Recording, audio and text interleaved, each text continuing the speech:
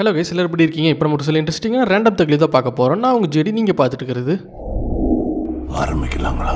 தம்பி இருக்கியா? லாரி போயிடுச்சா? போவோமா?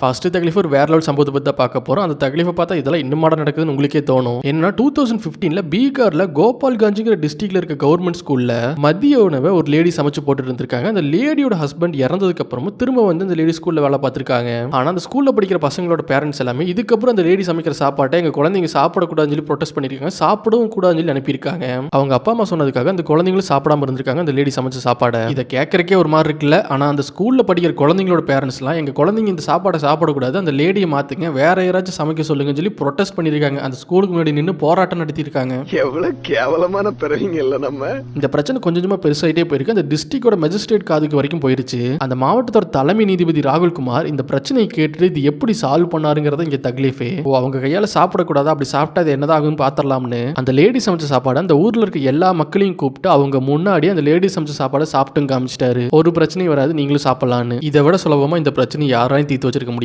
Welcome back. In Bihar, a woman who was prohibited from cooking a midday meal by local villagers because she was a widow has been rescued by the district collector.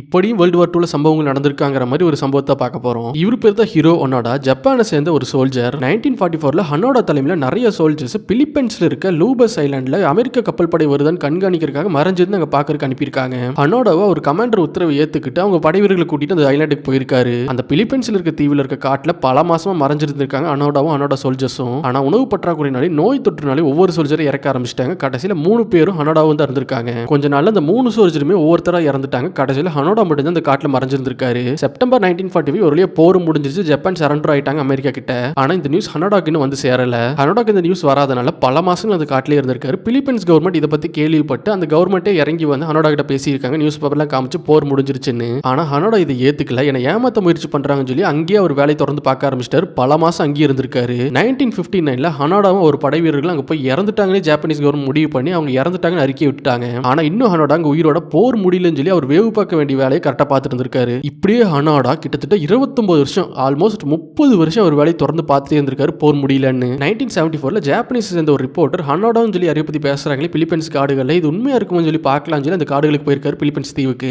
அவர் என்னமோ இது ஒரு கட்டுக்காதையா இருக்கும், நமக்கு ஒரு சீரியஸான ஃபன்னான ஒரு நியூஸ் கிடைக்குங்கிறதுக்காக அங்க போயிருக்காரு. ஆனா அங்க போனதுக்கு அப்புறம் தெரிஞ்சதுக்கு 30 வருஷம் ஒரு ஜாப்பனீஸ் சோல்ஜர் அவங்க கவர்மெண்ட் கொடுத்த ஆர்டர் ஃபாலோ பண்ணிட்டு இருந்திருக்காருன்னு காட்டுக்குள்ள. அந்த ஜாப்பனீஸ் ரிப்போர்ட்டர் போர் முடிஞ்சிருச்சு, வாங்க திரும்ப நம்ம நாட்டுக்கே போலாம்னு சொல்லி கூப்பிட்டு பார்த்திருக்காரு ஹனோடாவை. ஆனா ஹனோடா தன்னோட கமாண்டரோட ஆர்டர் இல்லாம என்னால வர முடியாது, நான் இங்கேயே தான் இருப்பேன்னு சொல்லி மறுத்துட்டாரு. திரும்ப அந்த ரிப்போர்ட்டர் ஜப்பானுக்கு போய் ஜப்பான் கவர்மெண்ட் இந்த விஷயத்தை பத்தி எக்ஸ்பிளைன் பண்ணியிருக்காரு. உடனே ஜப்பான் கவர்மெண்ட் ஹனோடா ஆர்டர் கொடுத்த கமாண்டரை கண்டுபிடிச்சு அந்த கமாண்டரை அனுப்பி ஹனோடாவை கூப்பிட்டு வர வச்சிருக்காங்க. அந்த கமாண்டர் அந்த தீவுக்கு போய் போர் முடிஞ்சிருச்சு திரும்ப நம்ம நாட்டுக்கு வாஞ்சலி கூப்பிட்டதுக்கு அப்புறம் தான் ஹனோடா அவர் நாட்டுக்கே வந்திருக்காரு. கிட்டத்தட்ட 30 வருஷமா ஒரு மனுஷன் போர் முடிஞ்சதுக்கு அப்புறம் கூட அவங்க கவர்மெண்ட் கொடுத்த ஒரு ஆர்டர் ஃபாலோ பண்ணிட்டு அவங்க நாட்டுக்காக காட்டிலே இருந்திருக்காரு.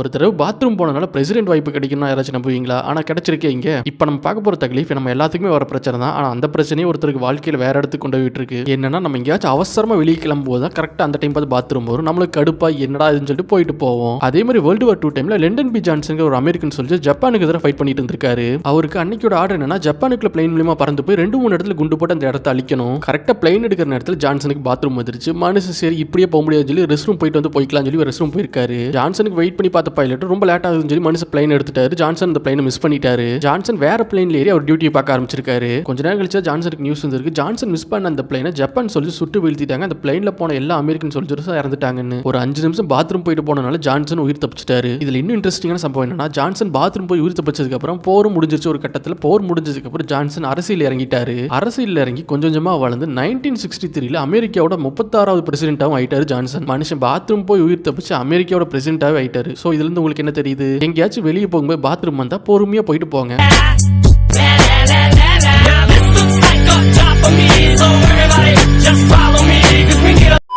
நம்ம ஊர்ல இன்னும் ஏடிஎம் திருட்டு நகைக்கடையில் ஓட்டை போட்டு திருட்டாங்க. இதெல்லாம் இன்னும் ஆச்சரியமா பத்தி பேசிட்டு இருக்கோம். ஆனா இந்த மாதிரி விஷயத்துல வடக்கு நண்பர்கள் எக்ஸ்பர்ட் ஆச்சா. இப்போ இன்னும் ஒரு படி மேல போய் வித்தியாசமா திருட்ட பண்ணிருக்காங்க. அப்படின்னு திருட்டுனா பீகார்ல தர்பகாங்கிற ஒரு டிஸ்ட்ரிக்ட்ல ஊருக்கு நடுவுல ஒரு குளத்தை வெட்டி வச்சிருந்திருக்காங்க. சின்னதா ஒரு பூல் மாதிரி ஒரு குளத்தை வெட்டி வச்சிருக்காங்க. ஒரே நைட்ல அந்த குளத்துல இந்த தண்ணி எடுத்ததுக்கு அப்புறம் சேறு மண்ணு எல்லாத்தையும் ஆட்டை போட்டிருக்காங்க. சொல்ல போனா ஒரே நைட்ல ஒரு குளத்தையே ஆட்டை போட்டிருக்காங்க வடக்கு நண்பர்கள். அந்த ஊர் மக்கள் காலையில எஞ்சி பார்த்ததுக்கு அப்புறம் தான் அவங்களுக்கே தெரிய வந்திருக்கு குளத்தை காணும்னு. இது எப்படி யாருக்குமே தெரியாம பண்ணிருப்பாங்கன்னு கெஸ் பண்ண முடியல. ஆனா எப்படி வடக்கு நண்பர்களோட டேலண்ட் அடுத்த கட்ட திருட்டுக்கே போயிட்டாங்க. Shocking and unbelievable news has come from the state of Bihar. There was a pond which was in fact stolen overnight, and this case has come to the fore from Bihar's Darbhanga region.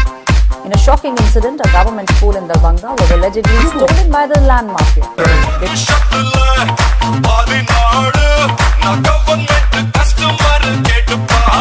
தண்ணி பஞ்சம்னு சொன்ன மாதிரி இருந்தது. ஆனா இப்ப நம்ம பார்க்க போற video பார்த்தா அப்படி ஒன்றும் தெரியலையே.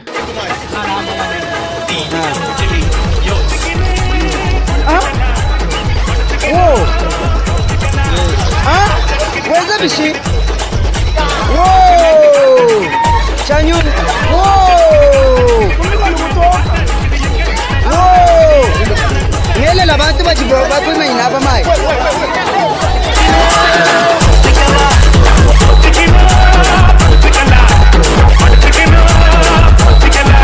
கொஞ்சம் நாளைக்கு முன்னாடி சோஷியல் மீடியாஸில் ஒரு சில கம்பேரிசன் நீங்களே பார்த்துருக்க வாய்ப்பு இருக்கு. வேர்ல்டு வார் 2 டைம்ல இந்த சோல்ஜர்ஸ்க்கு இப்போ இந்த ஜென்ரேஷனில் இருக்க சோல்ஜர்ஸ்க்கு நிறைய வித்தியாசம் இருக்கு. அவங்களோட இவங்க வீக்காக இருக்காங்கன்னு சொல்லி ஒரு கம்பேரிசன் போயிட்டு இருந்தது. இதை கேட்கும்போது அது எப்படி நம்மளால சொல்ல முடியும்? எல்லாமே சோல்ஜர்ஸ் கொடுக்குற ட்ரைனிங் தானே நமக்கு தோணி இருக்கும். ஆனால் உண்மையிலுமே வேர்ல்டு வார் 2 சந்திச்ச சோல்ஜர்ஸோட மனநிலையும் உடல்நிலையும் கொஞ்சம் வித்தியாசமாக தான் இருக்கு. ஃபைட்டர் பிளைன்ஸ் ஓட்டுற பைலட்ஸ் எல்லாருமே காமனாக சந்திக்கிற ஒரு பிரச்சனை ஜி ஃபோர்ஸ் தான். ஒரு குறிப்பிட்ட உயரத்துக்கு மேலே ரொம்ப வேகமாக போகும்போது மூளைக்கு போகிற ரத்தம் ரொம்ப கம்மியாக போக ஆரம்பிச்சு அந்த கட்டத்தில் பைலட்ஸ்க்கு மயக்கமே வந்துடும். அதை அவங்க எப்படி ஹேண்டில் பண்றாங்கிறது அவங்க திறமையே. இப்போ இருக்க சோல்ஜர்ஸ் இது எப்படி கையாளுறாங்க, வேர்ல்டு வார் 2 சந்திச்ச சோல்ஜர்ஸ் எப்படி கையாளுறாங்கன்னு சொல்லி கம்பேரிசனுக்கு எடுத்திருப்பாங்க. வேர்ல்டு வார் 2 இருக்க சோல்ஜர்ஸ் இப்போ ரொம்ப வயசா இருக்குமே, ஆனாலும் ஒரு 96 வயசான ஒரு சோல்ஜர் இப்போ கம்பேரிசனுக்கு எடுத்திருப்பாங்க. ஃபைனல் ரிசல்ட் என்ன நீங்களே பாருங்க.